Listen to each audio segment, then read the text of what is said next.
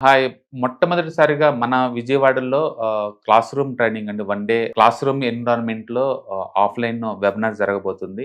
అంటే ఇంట్రెస్ట్ ఉన్న పార్టిసిపెంట్స్ ఈ కింద స్క్రోల్ అవుతున్న నంబర్‌కి రింగ్ చేసుకొని సీట్ బుక్ చేసుకోండి. దీంట్లో ETFs, index funds and mutual funds మీద completely and hand holding experience మీకు ప్రొవైడ్ చేయబడుతుంది. దీని ద్వారా ఏంటంటే మనం అసెట్స్‌ని స్టాక్ మార్కెట్‌లో ఎలా మేనేజ్ చేసుకోవాలి, ఎలా గ్రో చేసుకోవాలి, ఎలా ప్రొటెక్ట్ చేసుకోవాలో అంటే ప్రాక్టికల్‌గా నేర్చుకుంటారు. అండ్ ఇప్పటి వరకు మనం ఆన్‌లైన్‌లోనే మీరు అటెండ్ అవుతున్నారు. ఇక నుంచి మీరు మన విజయవాడ సిటీలోనే అండ్ లైవ్‌లో క్లాస్ రూమ్ ఎన్విరాన్మెంట్‌లోనే నేర్చుకునే ఛాన్స్ దొరుకుతుంది. కాబట్టి ఇంట్రెస్ట్ ఉన్న పార్టిసిపెంట్స్ కింద స్క్రోల్ అవుతున్న నంబర్‌కి పింగ్ చేసి సీట్ రిజర్వ్ చేసుకోండి. Thank you. నమస్తే, నేను Keshav. Welcome to Suman TV. విదేశీ విద్య అంటే ఫస్ట్ వినబడే పేరు అమెరికా. అమెరికాలో లక్షల మంది విద్యార్థులు మన వాళ్ళు చదువుకునేటువంటి పరిస్థితులు వస్తాయని ఎవరో కూడా కల్లో కూడా ఊహించి ఉండరు. కానీ గత 5-6 ఏళ్లుగా చూస్తే ఈ నంబర్ విపరీతంగా పెరిగింది. ఇప్పుడు డొనాల్డ్ ట్రంప్ గవర్నమెంట్ ఫామ్ అయిన తర్వాత మొదటి రోజు నుంచి జరుగుతున్నటువంటి చర్చ ఇమ్మిగ్రేషన్ పాలసీలపైనే జరుగుతోంది. అలానే క్యాంపస్లో పనిచేసేటువంటి చదువుకునేటువంటి విద్యార్థులు అసలు పనిచేసేటువంటి అవకాశమే లేదని తేల్చి చెప్పేస్తున్నారు. ఇది ఒక గడ్డు పరిస్థితి అమెరికా చరిత్రలో అని విశ్లేషిస్తున్న వారు కూడా ఉన్నారు. దీనివల్ల నిజంగా ఎలాంటి ప్రభావం పడుతుంది, అక్కడ ఆ స్థాయిలో చర్యలు తీసుకునేటువంటి వాతావరణం ఉందా లేదా విశ్లేషించేటువంటి ప్రయత్నం చేద్దాం. మనతో పాటు ప్రముఖ ఎన్ఆర్ఐ అలానే అమెరికాలో సీనియర్ అటార్నీగా గుర్తింపు పొందినటువంటి కావేటి శ్రీనివాస్ గారు ఉన్నారు. కావేటి శ్రీనివాస్ గారు నమస్కారం. నమస్కారం సార్, ఏంటి అమెరికా అనేటువంటి ఒక డ్రీమ్ ఇక అది చెరిగిపోయినటువంటి కళ అనేటువంటి అభిప్రాయం వచ్చేస్తుంది. ఇమ్మిగ్రేషన్ విషయాల్లో కానీ, కొత్తగా తీసుకొచ్చినటువంటి పాలసీల విషయంలో కానీ, ముఖ్యంగా విద్యార్థులు వచ్చేటువంటి పరిస్థితి కూడా అమెరికాకి లేదు అనేటువంటి అభిప్రాయం వస్తుంది. ఒకవైపు ఇక్కడ సెంట్రల్ గవర్నమెంట్ ఏమో విదేశీ విద్యార్థులకి, విదేశాలకు వెళ్ళి చదువుకునే విద్యార్థులకి రాయితీలు ప్రకటిస్తుంది. ఇవాళ కేంద్ర ప్రభుత్వం బడ్జెట్లో కూడా పెట్టారు. కానీ అక్కడేమో రానేమో అంటున్నారు. ఏంటి వాస్తవం ఏంటి, అసలు ఏం జరుగుతుంది అమెరికాలో? ఇక్కడ మనం ఒకటి అర్థం చేసుకోవాలండి. ఇప్పుడు వీళ్ళు అమెరికాలో పెద్ద బిజినెస్ ఏంటంటే ఎడ్యుకేషన్ అనేది. అంటే లక్షలలో స్టూడెంట్స్కి వీసాలు ఇస్తారు, గతంలో ఇచ్చారు, ఇస్తారు కూడా. ఎందుకు వీళ్ళు ఎడ్యుకేషన్ ఒక వ్యాపారం లాగా చూస్తారని. కానీ ఇక్కడ ఏంటంటే మనం వీసా తీసుకొని వెళ్ళేటప్పుడు మనం కౌన్సిలేట్కి చూపించాలి మన దగ్గర కాలేజీ ఫీజులు ఉన్నాయి, లివింగ్ ఎక్స్పెన్సెస్ కూడా ఉన్నాయని మనం అందరం కూడా చూపిస్తామండి. అంటే ఈ విషయం మనం అందరం తెలుసుకోవాల్సిన విషయం. వాళ్ళకేం చెప్తామంటే మేము అక్కడికి వెళ్ళి చదువుకొని మాకు ఫీజులతో పాటు మాకు లివింగ్ ఎక్స్పెన్సెస్ కూడా ఉన్నాయి అని చెప్పి చూపిస్తామండి. చూపించినప్పుడు వాళ్ళు వీసా ఇస్తారు. యూఎస్ఏ కానీ, కెనడా కానీ, ఆస్ట్రేలియా, అన్ని యూరోపియన్ కంట్రీస్కి. అంటే మీరు పబ్లిక్ ఛార్జ్ అవ్వం, మేము అక్కడికి వెళ్ళి వేరే ఇల్లీగల్ పనులు చేయము, లేకపోతే గవర్నమెంట్ దగ్గర మేము ఇన్సూరెన్స్ తీసుకోము. పబ్లిక్ ఛార్జ్ అంటే ఇక్కడ సిటీ వాళ్ళు, మున్సిపాలిటీ వాళ్ళు ఫుడ్ స్టాంప్స్ అని ఇస్తారండి. అంటే పావర్టీ గైడ్లైన్స్ కింద ఉన్న వాళ్ళకి భోజనాలకి వారానికి నెలకు టికెట్ కూడా ఇస్తారు మున్సిపాలిటీ వాళ్ళు, స్టేట్ వాళ్ళు. సో ఇలాంటివి మేమేమి తీసుకోము, పబ్లిక్ ఛార్జ్ అవ్వము అని చెప్పేసి వాళ్ళు నార్మల్గా మనం చూపిస్తేనే వీసాలు ఇస్తారండి. సో ఇప్పుడు మనం అక్కడ చూపించిన మరి బ్యాంక్ స్టేట్మెంట్లు ఇక్కడికి వచ్చిన తర్వాత ఒక సెమిస్టర్ ఫీజు కట్టి మేము మా దగ్గర డబ్బులు లేవు, మేము ఉద్యోగాలకు వెళ్తామంటే ఉద్యోగం చేసుకోమంటారు.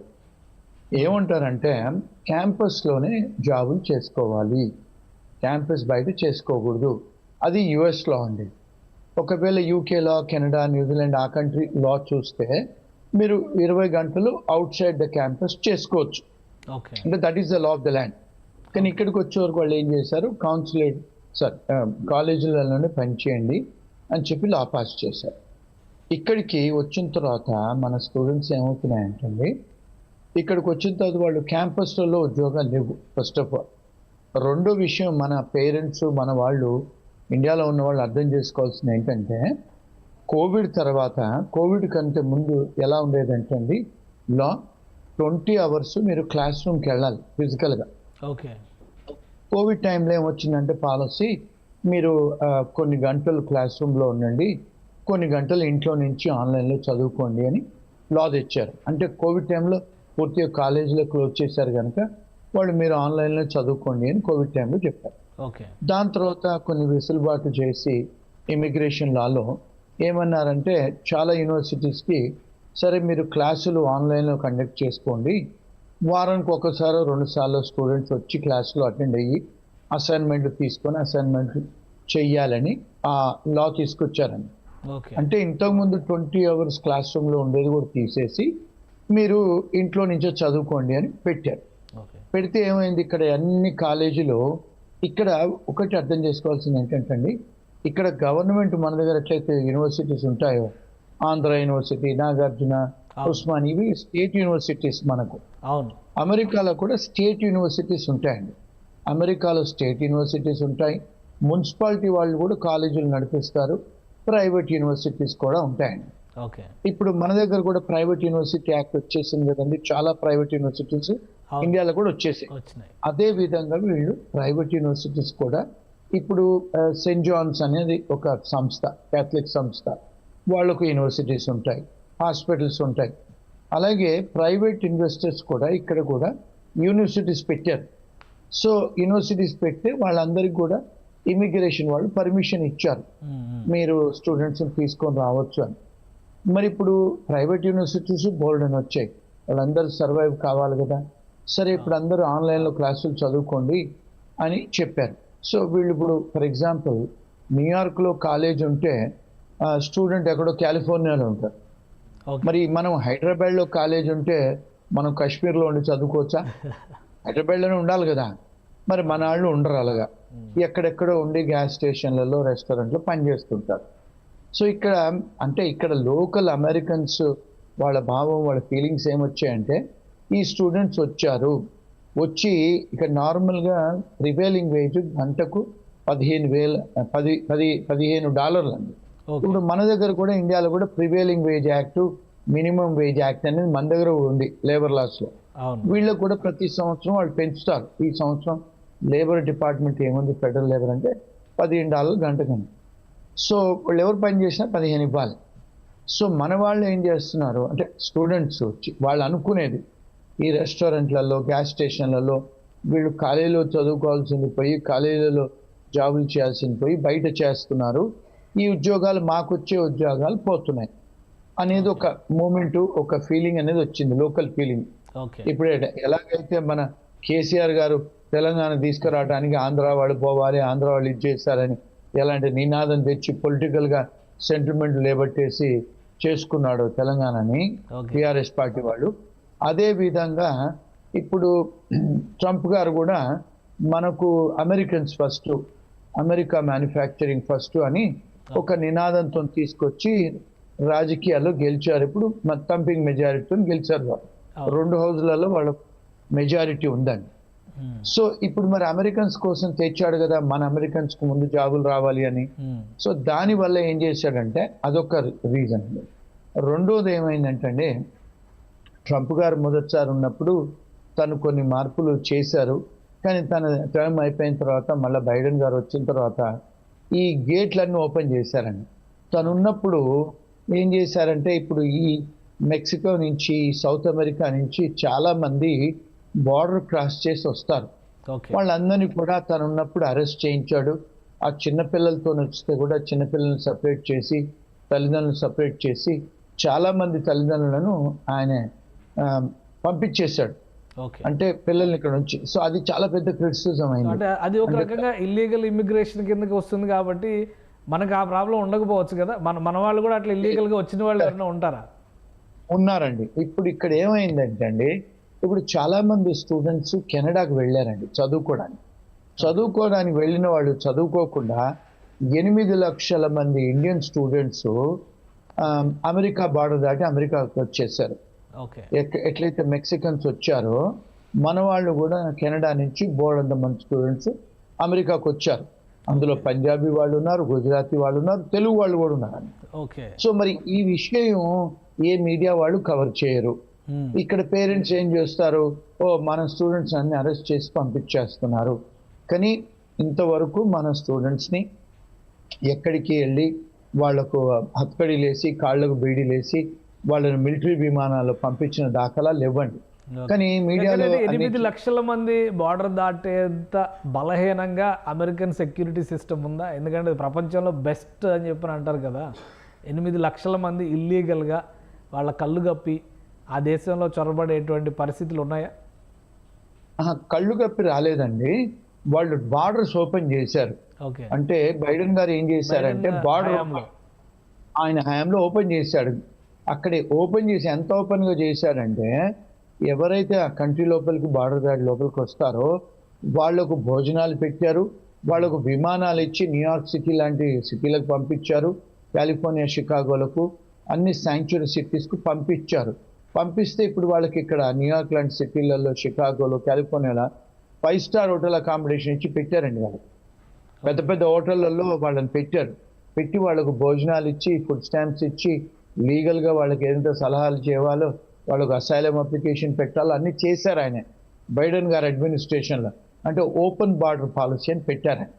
దానివల్ల ఇక్కడ ఏమైందంటే మన వాళ్ళు క్రిమినల్స్ కాదండి, కాకపోతే ఇప్పుడు ఈ సౌత్ అమెరికా నుంచి డ్రగ్ కార్టల్స్ ఉంటాయి. ఇప్పుడు కొలంబియా కానీ, వెనజువేలా కానీ, ఇక్కడ ఉన్న పక్క ఈక్వెడోర్ దేశాలలో చాలా మంది క్రిమినల్స్ అక్కడ క్రైమ్ జరిగితే వాళ్ళందరూ కాన్విక్ట్స్ ఏం చేశారు, బార్డర్ క్రాస్ చేసి ఇక్కడికి వచ్చారండి. వాళ్ళతో పాటు భార్య పిల్లలందరూ వచ్చారు. వచ్చి ఇప్పుడు ఇక్కడ లక్షల మంది వాళ్ళు ఉన్నారు ఇక్కడ. అంటే సౌత్ అమెరికన్స్, స్పానిష్ వాళ్ళను వాళ్ళ మీద వారెంట్స్ అయ్యి, కేసులు అయ్యి, ఇక్కడ డిపోటేషన్ ఆర్డర్ అయిన వాళ్ళు వీళ్ళని తీసుకుపోయి బయటపడేసేది లేదు. ఎప్పుడైతే ఒబామా గారు ఉన్నారో అప్పుడు చాలా మందిని డిపోర్ట్ చేశారు. ఈయనప్పుడు డిపోటేషన్ తగ్గిపోయింది. వాళ్ళందరినీ పట్టుకొని పంపిస్తున్నారు ఫస్ట్ తన పాలసీ. సో అంటే ఇక్కడ ఎక్కువగా మన వాళ్ళు ఆందోళన చెందుతుంది ఏంటంటే ఇక మీదట అమెరికా రావాలన్న విద్యార్థులు ముఖ్యంగా, మిగతా వాళ్ళందరినీ పక్కన పెడితే మేజర్ ప్రాబ్లం ఏంటంటే ఎడ్యుకేషన్ కోసం అమెరికా రావాలంటే ఇక అది చాలా కష్టమైనటువంటిది, అమెరికా వెళ్ళకపోవడమే బెటర్, అక్కడికి వెళ్తే చాలా కష్టాలు పడే పరిస్థితి ఉంది అనేటువంటి అభిప్రాయాలు వస్తున్నాయి. నిజంగా అటువంటి ప్రాబ్లమ్స్ ఉన్నాయా, లేదా ఇలా కేవలం ఇల్లీగల్గా వచ్చిన వాళ్ళు పడుతున్నటువంటి ఇబ్బందులే ఎక్కువ మీడియాలో ప్రొజెక్ట్ అవుతున్నాయా? ఇప్పుడు ఇక్కడ 2 prong టెస్ట్ అండి. ఇప్పుడు ఫస్ట్ అమెరికా రావాలనుకుంటే వాళ్ళు స్టూడెంట్ వీసాలు ఇస్తారు. కాకపోతే ట్రంప్ గారు వచ్చిన తర్వాత కొంత ఎన్ఫోర్స్మెంట్ బాగా గట్టిగా జరుగుతుంది. అంటే ఏంటి, ఇప్పుడు ఫర్ ఎగ్జాంపుల్ మనం దొంగ బ్యాంక్ సర్టిఫికేట్లు పట్టుకొని వెళ్తాము, దొంగ కాలేజ్ డిగ్రీలు పట్టుకొని వెళ్తాము, లేకపోతే మీ దగ్గర డబ్బు ఉండదు బ్యాంక్ అకౌంట్లో, మీరు ఇక్కడ యూఎస్కి వస్తారు, బార్డర్లో మిమ్మల్ని చెక్ చేస్తారు. కొన్నిసార్లు మన వాళ్ళు అక్కడ వీసా రాగానే ఇక్కడ ఫ్రెండ్స్ దగ్గర నాకు ఉద్యోగం చూడు బాబాయ్ అన్నయ్య అని చెప్పి టెక్స్ట్ మెసేజ్లు పెడతారు, ఈ ఫేస్బుక్లోకి వెళ్ళి గెలుపుతారు. ఇవన్నీ కూడా మన ఫోన్లలో ఉంటాయండి. వాళ్ళు బార్డర్లో వచ్చినప్పుడు ఇవన్నీ చెక్ చేస్తున్నారు. అంటే H1 వీసా వాళ్ళనే కానీ, లేకపోతే స్టూడెంట్ వీసాలే కానీ, ఈవెన్ విజిటర్ వీసాలను కూడా చెక్ చేస్తున్నారు. ఎందుకు, తన బైడెన్ అడ్మినిస్ట్రేషన్లో టాప్ లెవెల్ ఎన్ఫోర్స్మెంట్ చెయ్యాలని తను ఎగ్జిక్యూటివ్ ఆర్డర్స్ సంతకాలు పెట్టారు. మరి రాజు ఏం చెప్తే ప్రజలు అదే చేయాలి కదండి. సో వాళ్ళు సీరియస్గా ఎన్ఫోర్స్ చేస్తున్నారు. ఆ ఎన్ఫోర్స్మెంట్లో ఎవరైతే ఇల్లీగల్గా వచ్చి ఇల్లీగల్ పనులు చేయాలో, లేకపోతే ఇక్కడికి వచ్చి కాలేజీ కాదు మేము ఉద్యోగం చేయడానికి వస్తాం అనుకున్న వాళ్ళకి డెఫినెట్గా ఇబ్బందులు ఎదుర్కొంటున్నారు. సో అది కాకుండా లీగల్గా వచ్చే వాళ్ళకు డెఫినెట్గా అమెరికాకు పెద్ద బిజినెస్ ఎడ్యుకేషనే కనుక ఎవరైతే నిజంగా చదువుకొని వాళ్ళు ఇక్కడ చదువుకొని సిపిటీలు, ఓపీటీలు ఉద్యోగాలు చేయాలి లీగల్గా అనుకున్న వాళ్ళకి ఇబ్బందులు ఉండవండి. అంటే మీరు you have to follow the law. ఒకటండి, ఇప్పుడు ఈ H1B వాళ్ళు కూడా కొంతమంది డిపోర్ట్ అవుతున్నారు. ఇది చాలా మందికి, మన పేరెంట్స్కు, మన ఫ్యామిలీకి, మీడియా వాళ్ళకు తెలియని విషయం ఏమిటి అంటే ఇక్కడ 87% ఐటీ కంపెనీలు మన తెలుగు వాళ్ళు, మన ఇండియన్సే రన్ చేస్తారండి అమెరికా మొత్తంలో. ఇప్పుడు మీరు చూసుకుంటే గూగుల్ CEO ఇండియనే, మైక్రోసాఫ్ట్ CEO ఇండియనే. మరి వీళ్ళను మరి ఎందుకు చేస్తారండి? పెప్సీ ఇలాంటి పెద్ద పెద్ద కంపెనీస్కి CEOలు ఎందుకు చేస్తారు చెప్పండి ఇండియన్స్ని? అంటే మన మీద రెస్పెక్ట్ ఉండే కదా. ఇప్పుడు చూడండి, వైస్ ప్రెసిడెంట్ భార్య కూడా ఇండియనే. ఇప్పుడు మళ్ళీ FBI డైరెక్టర్గా కూడా ఇండియన్నే పెడతా అంటున్నాడు ఆయన, ఏది కీష్ పటేల్ని. మరి ఆయన ఇండియనే కదా, గుజరాతీ అతను. ఇప్పుడు తులసిని, ఆమెను వేరే ఒక గవర్నమెంట్ డిపార్ట్మెంట్కు కన్ఫర్మేషన్ అవుతుంది. మరి భారతదేశస్తులకు ఇంత ఇంపార్టెన్స్ ఇచ్చి ఆయన మినిస్ట్రీలోనే ఆయన విసులుబాటు చేస్తే ఇప్పుడు ఆయన రామన్ ఉన్నారు ఆయన వాళ్ళందరికీ కూడా ఇంపార్టెంట్ పొజిషన్స్ ఇచ్చి మరి మనకు వాళ్ళకి ఇచ్చి ఇంత పెద్ద పెద్ద కంపెనీకు సీఈఓలుగా చేస్తున్నారే తెల్లవాళ్ళని కాకుండా మన వాళ్ళ మీద రెస్పెక్ట్, మన వాళ్ళ మీద క్యాలిబరు, మన నాలెడ్జ్ ఉందనే కదా చేస్తున్నారు. మరి ఈ 87% ఐటీ కంపెనీస్ నడిపించే వాళ్ళు మొత్తం ఒక్కొక్క ఐటీ ప్రోగ్రామరు 1.5 కోటి సంపాదిస్తున్నారు కదండి H1B వచ్చిన వాళ్ళు. మరి 87% మన వాళ్ళే ఉన్నారు ఈ దేశంలో. మరి ఒకవేళ మన మీద వాళ్ళు చూపించేదంటే ఉక్కుపాదము, మనకెందుకు ఆపర్చునిటీ ఇస్తారు చెప్పండి?